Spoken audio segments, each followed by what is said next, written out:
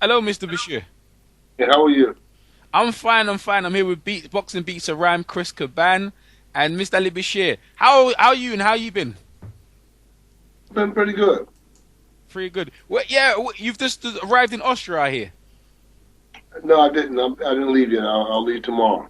Oh, okay. Yeah. So, you're traveling to Austria. Yeah, Austria. Yeah. Is that for a train? Is that where the fight's gonna be? That's where our training camp is in Austria. Okay. So where's the fight gonna be held? The fight's going to be held in I forget the city, but it will be in Germany. It'll be in Germany. Okay. Oh, that sounds nice. Austria's a beautiful country, man. Vienna and stuff like that. It's beautiful. Yeah, Okay. we'll be about 4 hours away from Vienna, though.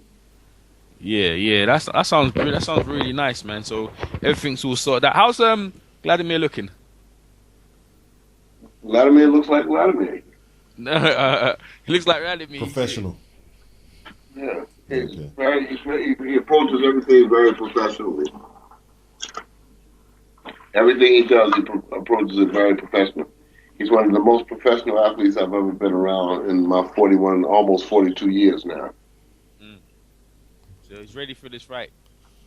Yeah, he doesn't take anybody lightly. Yeah. All right. Let's get some meaty stuff now. So the situation with Shannon Briggs coming into the thing, was you there when that happened? I No, saw I you. wasn't. I Okay. wasn't. Oh, but you saw the footage. What's your take on that? Well, I mean, he hasn't done anything that Antonio Tarver and Muhammad Ali haven't done, so it didn't faze me at all. Mm. Coming. What do you think his agenda is? To make some money. All If I can go Vladimir Klitschko into a fight, I can earn me some money, $2 million at least. right. Does that happen a lot? That Vladimir does Vladimir get a lot of fighters who come up to him and start getting aggressive? Well, David Hay did it. David Hay did it. Look what happened with David. David Hay hustled himself into a few $1 million. So Yeah, I guess so.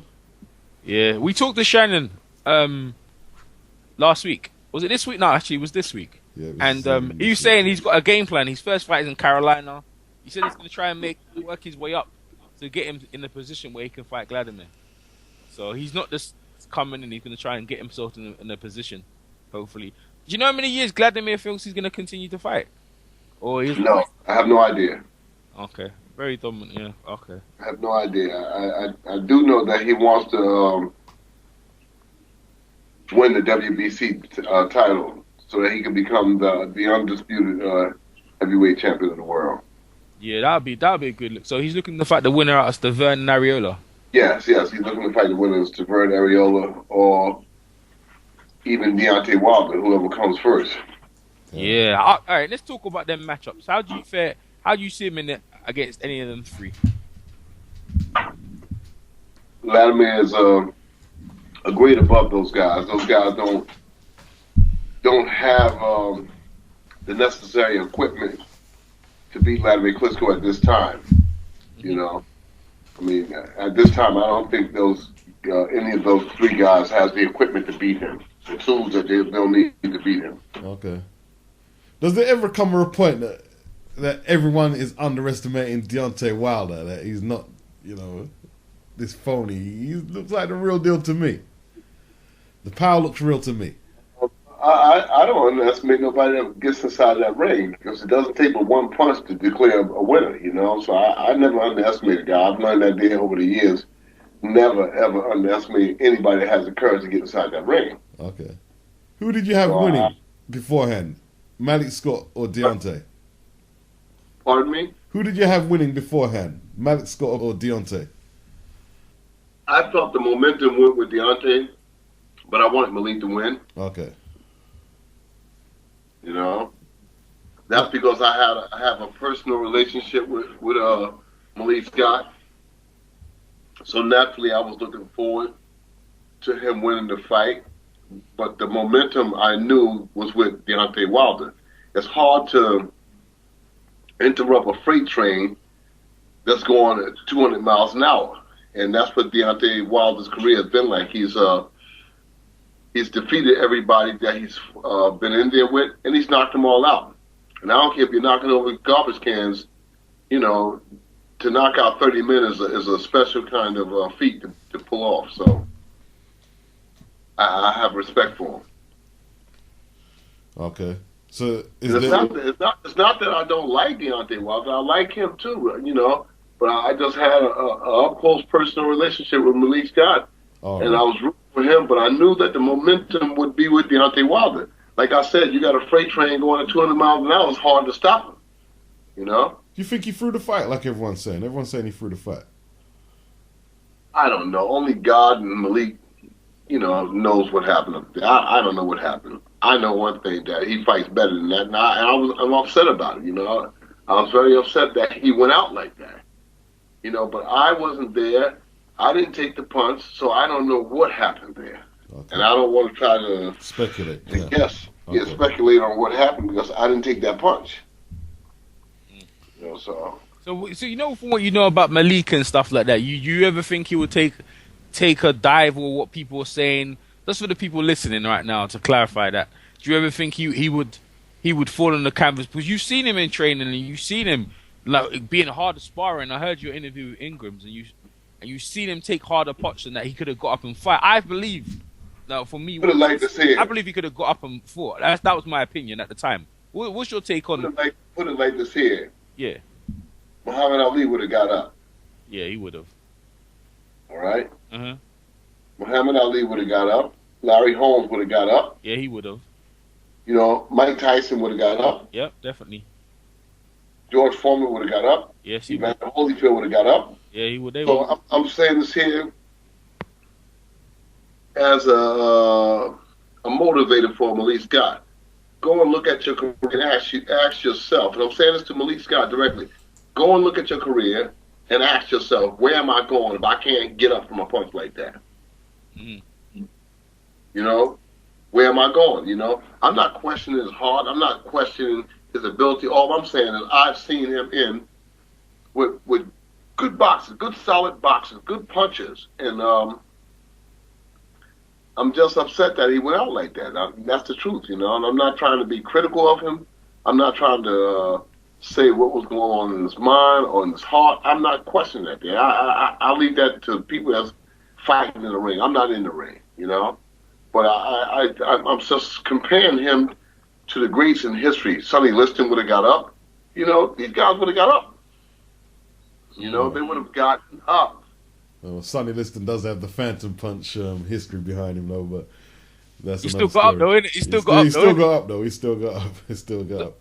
So, what didn't you think the writing was on the wall? Yeah, in the Derek Chisora thing, in that situation where he could have clearly got up again, and he accepted the situation when he could have protested.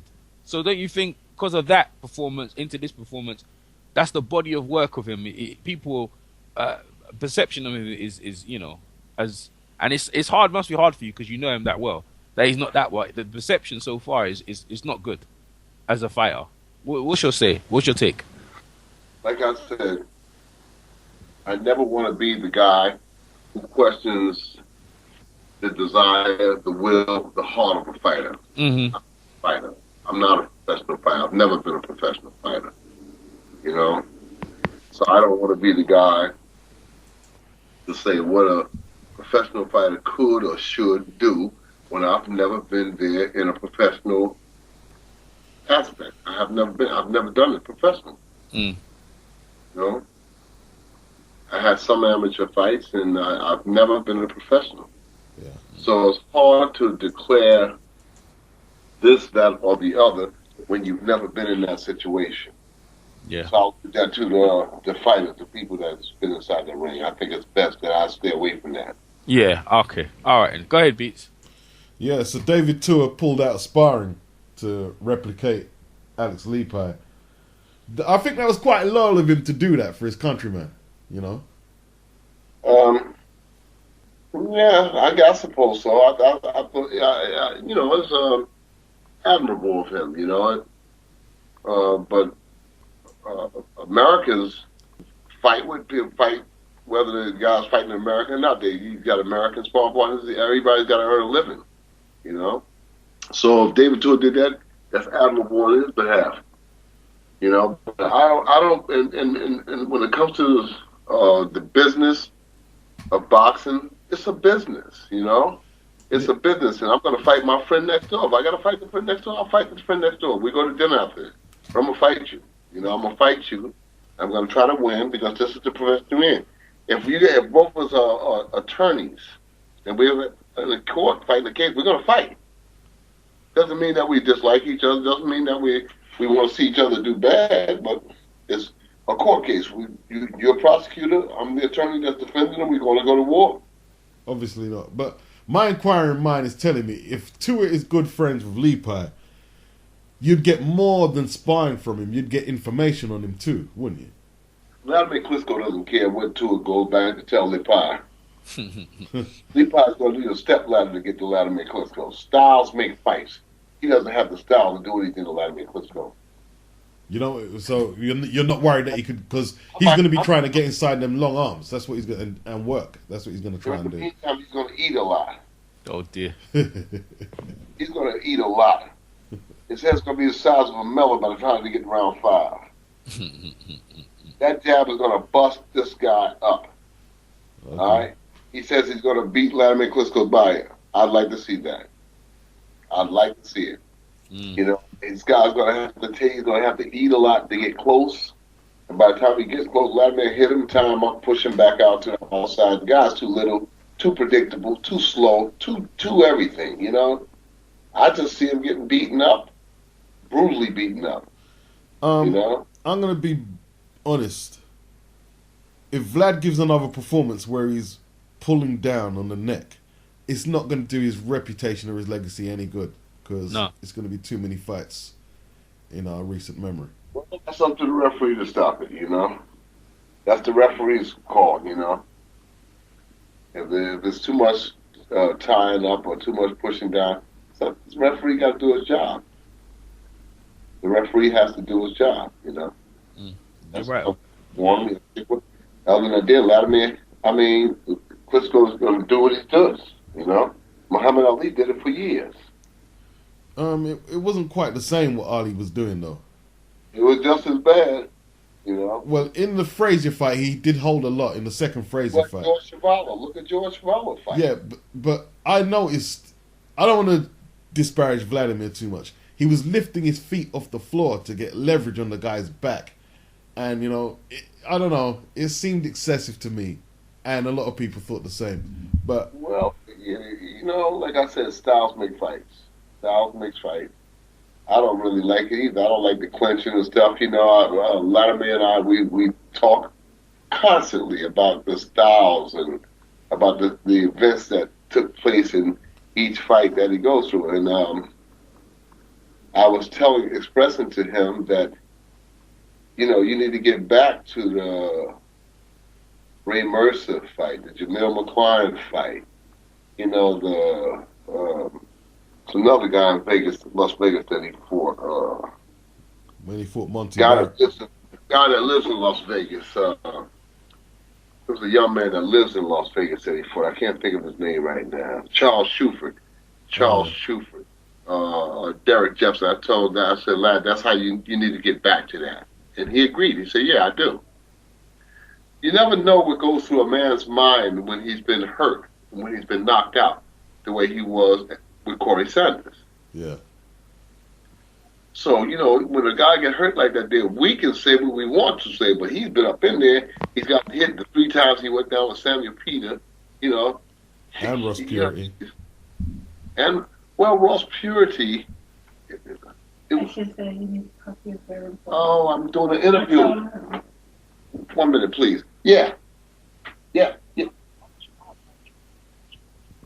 him I'm doing an interview. Tell him I have to call back. I'm writing an interview to people overseas. I'll call him back. Yeah. Ross Purity, where was that? Ross Purity.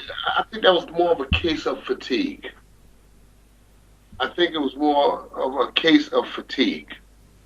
You know, that was more fatigue than anything else. because that was a good fight between him and Ross Purity. I liked it. It was a good fight. I liked it. I liked it, and I really appreciated what they did. But Fatigue, again, Vladimir early in his career, he did not even know how to gauge himself. He'd go out guns blazing, you know? He'd go out guns blazing, and as a result, he would get tired. With Layman Brewster, he got tired. So I don't consider them KOs. Even though the record read TKO, I don't consider them KO. I think that he just shot his little wad, and that was it. Look, I'll never disrespect you. I've got too much respect for you. But I find with the Klitschkos, people have excuses for their losses. No, they were KOs. Like, Lamont took his punches and walked through him and KO'd him. Purity walked him down and walked him like he followed the straight lines he was moving back, and he caught up with him. They were legitimate KO losses, you know. Yeah, I mean, of course, the end result was KO. But I think that fatigue was the contributing factor, not technique or skill. I think it was just plain fatigue. I can't defend myself. Yeah, but the Brewster fight ended in 4, so he couldn't have been fatigued in 4 rounds. He was dead tired. 4 or 5. Look at the fight. He was dead tired. Well, how did he get fatigued in 4 or 5 rounds? Fatigue, you know. Okay. Do you think some of the criticism is undue? Huh? Do you think a lot of his criticism is undue? Because he does get quite a bit.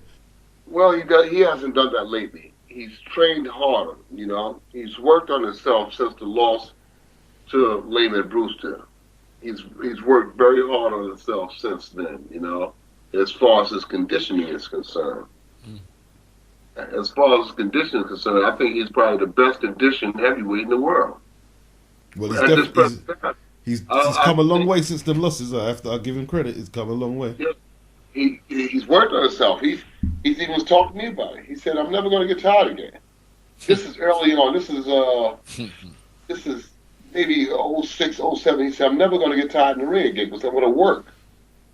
So he goes in a training camp and he's always working hard on his stamina because he realizes those losses, stamina is what contributed to that. Corey Sanders just got him, period. Yeah. Corey Sanders got the KO. But the Brewster fight and the Purity fight, fatigue was a factor. Even though Layman and Ross, they had to take and they came back. To their credit, they came back and they got the KOs. Whether fatigue contributed to it or not, they did get the KO. Yeah. So I respect them for that.